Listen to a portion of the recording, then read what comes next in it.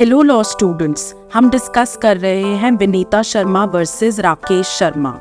ये केस का third part है। इस केस में हम प्रकाश वर्सेस फूलवती और दनम्मा सुमन सुरपुर वर्सेस अमर से क्या डिफरेंट व्यू लेती है ये प्रेजेंट केस, ये देखेंगे। आप वीडियो के दूसरे पार्ट्स भी देखें, लिंक डिस्क्रिप्शन बॉक्स में है और जजमेंट की फुल टेक्स्ट का लिंक भी डिस्क्रिप्शन बॉक्स में है।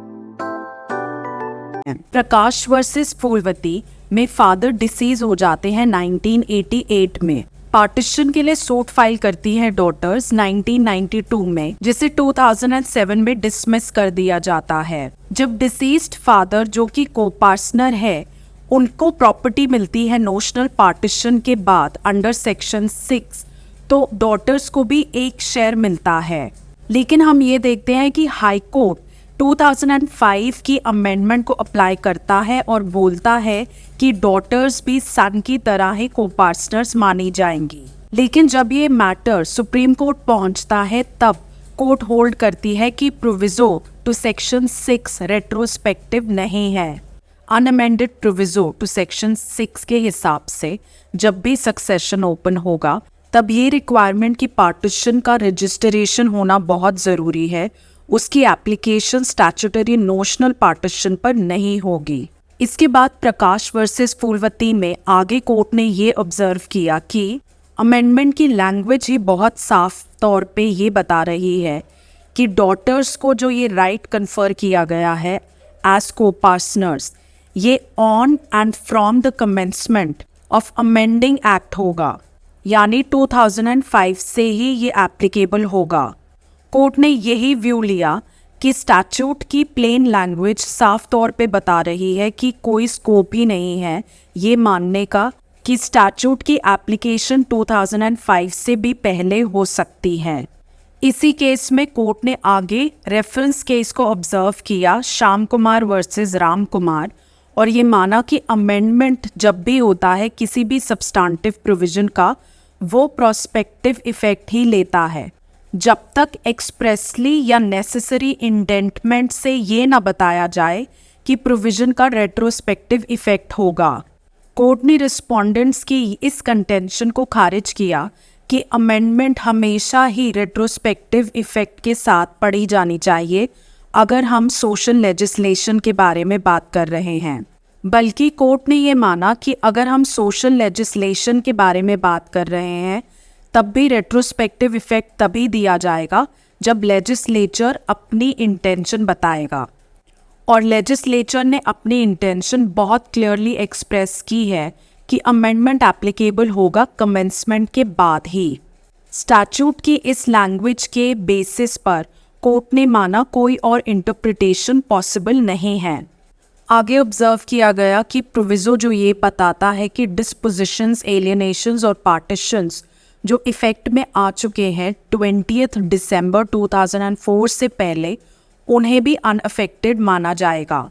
इस प्रोविजो की इंटरप्रिटेशन के बाद भी हम ये नहीं कह सकते कि डॉटर को पार्टनर्स बन सकती हैं 2005 की अमेंडमेंट के आने से पहले। प्रोविजो का सिर्फ इतना मतलब है कि वो ट्रांजैक्शंस जो कवर नहीं की गई हैं उसके अंडर वो अफेक्ट नहीं करेंगी को-पार्टनरी प्रॉपर्टी को, जहाँ पे मेन प्रोविजन एप्लीकेबल होगा।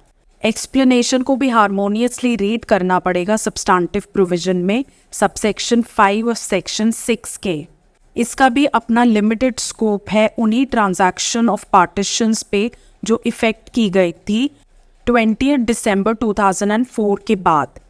और जहाँ तक नोशनल पार्टीशन का सवाल है, ये कवर नहीं करता सबसेक्शन 5 ऑफ सेक्शन 6 के प्रोविजो के अंडर, और ना ही एक्सप्लेनेशन इसे कवर करता है। इसलिए कोर्ट ये होल्ड करता है कि राइट जो को-पार्टनर बनाता है डॉटर्स को अमेंडमेंट के बाद, वो एप्लीकेबल होगा डॉटर्स पर अगर वो लिविंग है और उनके फादर्स जो को-पार्टनर्स हैं वो भी अलाइव हैं 9/9/2005 को। डॉटर्स किस दिन पैदा हुई थी इससे फ़र्क नहीं पड़ेगा। 20 दिसंबर 2004 से पहले जो डिस्पोजिशन, एलियनेशन इंक्लूडिंग पार्टीशंस हो चुके हैं वो एज इट इज़ रहेंगे, वो अनअफेक्टेड ही रहेंगे। और जो पार्टीशंस या ट्रांजैक्शंस 20 दिसंबर 2004 के बाद अकर होगी वो गवर्न की जाएगी एक्सप्लेनेशन के अंडर। कोर्ट ने रेफर किया गुरुपत खानदप्पा मखदूम वर्सेस हीराबाई खानदप्पा मखदूम, श्याम देवी वर्सेस मंजू शुक्ला और अनार देवी वर्सेस परमेश्वर देवी। इन केसेस में कोर्ट ने इंटरप्रेट किया एक्सप्लेनेशन 1 टू सेक्शन 6। इन केसेस में ये होल्ड किया था कि डीमिंग प्रोविजन जो रेफर करता है नोशनल पार्टीशन को, उसे ड्यू और फुल इफेक्ट मिलना चाहिए। वैशाली सतीश गनोरकर वर्सेस सतीश केशव राव गनोरकर में बॉम्बे हाई कोर्ट ने ये होल्ड किया कि 2005 की अमेंडमेंट तब तक एप्लीकेबल नहीं होगी जब तक डॉटर बॉर्न नहीं हुई है 2005 के बाद। लेकिन बाद में हम देखते हैं एक लार्जर बेंच जजमेंट देती है जो इससे बहुत डिफरेंट व्यू लेती है। वो ये व्यू लेती है कि ऐसा कोई भी रीज़न नहीं है जिससे ये होल्ड किया जा सके कि डॉटर का बर्थ अमेंडमेंट के बाद होना नेसेसरी कंडीशन है सेक्शन 6 की एप्लीकेबिलिटी पे, जहां डॉटर्स को भी को-पार्टनर्स माना गया है पोस्ट द अमेंडमेंट ऑफ 2005। इस अमेंडमेंट की सिर्फ ये रिक्वायरमेंट है कि डॉटर और उसका फादर दोनों अलाइव होने चाहिए डेट ऑफ अमेंडमेंट पर। लेकिन present case Vinita Sharma versus Rakesh Sharma में कोर्ट ये ध्यान देती है कि को-पार्टनरी कैसे क्रिएट की जाती है। कोर्ट ने ये ऑब्जर्व किया प्रेजेंट केस में कि को-पार्टनरी की फॉर्मेशन होने के लिए ये ज़रूरी नहीं है कि एक प्रीडिसेसर को-पार्टनर अलाइव होना चाहिए। ज़रूरी ये है कि birth within 4 degrees of coparcenary होना चाहिए। सर्वाइवरशिप सक्सेशन का एक मोड माना जा सकता है, को-पार्टनरी फॉर्म करने का एक मीडियम नहीं है। इसीलिए present case Vinita Sharma versus Rakesh Sharma में कोर्ट डिसएग्री करता है प्रकाश वर्सेस फूलवती जो कंसेप्ट दे रहा है लिविंग को-पार्टनर का। कोर्ट के ओपिनियन में डॉटर्स अलाइव होनी चाहिए 9/9/2005 को। वो ये भी ऑब्जर्व करती है कि सब्सटीट्यूटेड सेक्शन 6 में expression daughter of a living coparcener नहीं यूज़ किया गया। डॉटर को को-पार्टनरी का राइट बर्थ से ही मिलता है under section 6 subsection 1 clause A. Daughters को राइट मिलता है बर्थ से और सेम लाइबिलिटी जो सन्स की है वही शेयर करती हैं डॉटर्स भी। और जब भी को-पार्टनर के बारे में रेफर किया जाएगा वो डॉटर को-पार्टनर को भी इंक्लूड करेगा। सबसेक्शन 1 ऑफ सेक्शन 6 में कोई भी ऐसा प्रोविजन नहीं है जहाँ पे ये बोला गया हो कि को-पार्टनर अलाइव होना चाहिए 9/9/2005 को, जिसके थ्रू डॉटर क्लेम कर रही है को-पार्टनरी राइट्स। दनम्मा @सुमन सुरपुर वर्सेस अमर में division bench of the court फिर से डील करती है कि सेक्शन 6 की करेक्ट इंटरप्रिटेशन क्या है। कोर्ट रिलाई करती है अनर देवी वर्सेस परमेश्वरी देवी पे। कोर्ट ये भी ऑब्जर्व करती है कि प्रकाश वर्सेस फूलवती में इंटरप्रिटेशन ऑफ सेक्शन 6 दिया जाता है। ये कोर्ट बद्री नारायण शंकर भंडारी वर्सेस ओम प्रकाश शंकर भंडारी की जजमेंट को अफर्म करता है। लेकिन दानम्मा में कोर्ट यही होल्ड करती है कि सेक्शन 6 जो 2005 में अमेंड किया गया वो डॉटर को को-पार्टनर बनाती हैं और ये राइट उस पर तब से ही मौजूद हो जाता है जब से वो पैदा होती है। डॉटर बर्थ से ही को-पार्टनर बनती है जैसे सन बर्थ से ही को-पार्टनर होता है। कोर्ट ने ऑब्जर्व किया कि सेक्शन की लैंग्वेज है सेम मैनर एज द सन, इसलिए माना गया कि डॉटर्स भी बर्थ राइट ही लेंगी को-पार्टनरी प्रॉपर्टी में। दोनों ही सन्स और डॉटर्स को पार्टनर्स का राइट पाते हैं बर्थ से।